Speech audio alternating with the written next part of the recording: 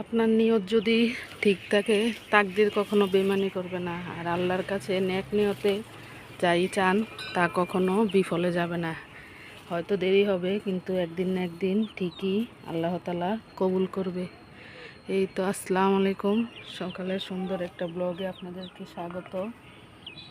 আশা করি সবাই শেষ পর্যন্ত আমার ভিডিওটা দেখবেন আর আপনাদের মূল্যবান মতামত শেয়ার করবেন।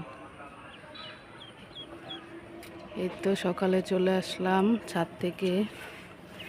কিছু সবজি নিব না, পুঁইশাক কালকে বিকেলে কেটে রেখেছি আজকে রান্না করার জন্য। আজকে রান্না করা হবে হাঁসের মাংস, পুঁইশাক আলু দিয়ে ঝোল। এই তো বিরিয়ানি পাতা নিব কয়েকটা হাঁসের মাংসের তরকারিতে দেওয়ার জন্য।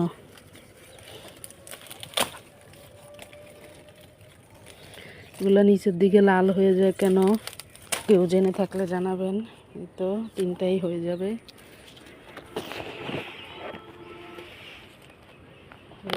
অনেকগুলো ঢেঁড়স গাছ একসাথে হয়েছে আলহামদুলিল্লাহ। এবার আর ঢেঁড়স কিনে খেতে হবে না। আম্মা, এর একটা মাইলা যা আছে এটা কি তুইলা দিয়ে লাইব নি? আর নাইলে বড় পাতাটি ছিঁড়া দেই।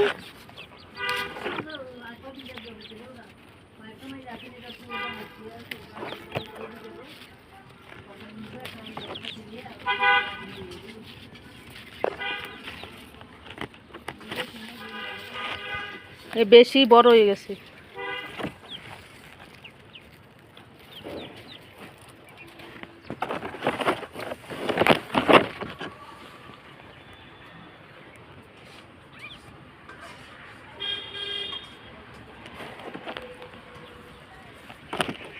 এটা কি হইল, কলা গাছ না হলদি গাছ?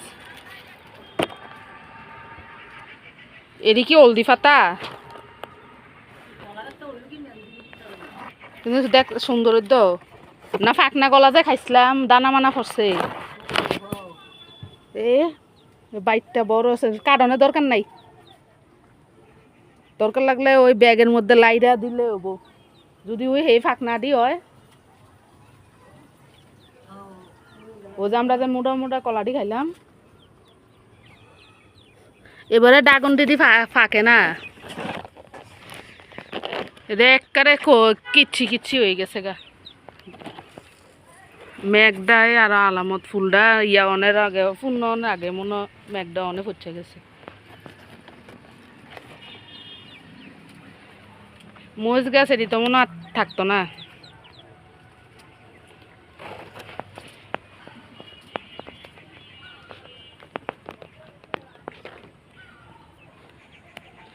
ফ্রিজের লেবু আছে নি? বড় লেবুটা ফাইরা লেবু নি? তৈলে আর ফারি না।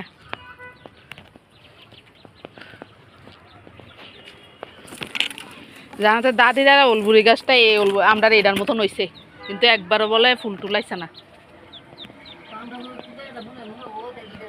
লেগা সেদিনকালা প্রথম রাখছিলাম, পরে ভাঙ্গে লাইছি, খালি গোড়াটা রয়েছে নিচে। আয় হ্যাঁ, মাশাল্লাহ মাশাল্লাহ, সবে দাদাই ফাইকা রয়েছে।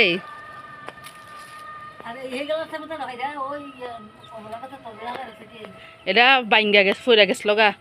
আপনি আসলেন না, নেন ভাঙ্গেন ফাঁকান ফাঁক ইয়া করেন। ইয়া করুন ভাঙ্গিস না না, আপনি ইয়া করেন না। কি ভাঙ ফাঁকছে। হ হ হ হ, মাশাল্লাহ মাশাল্লাহ।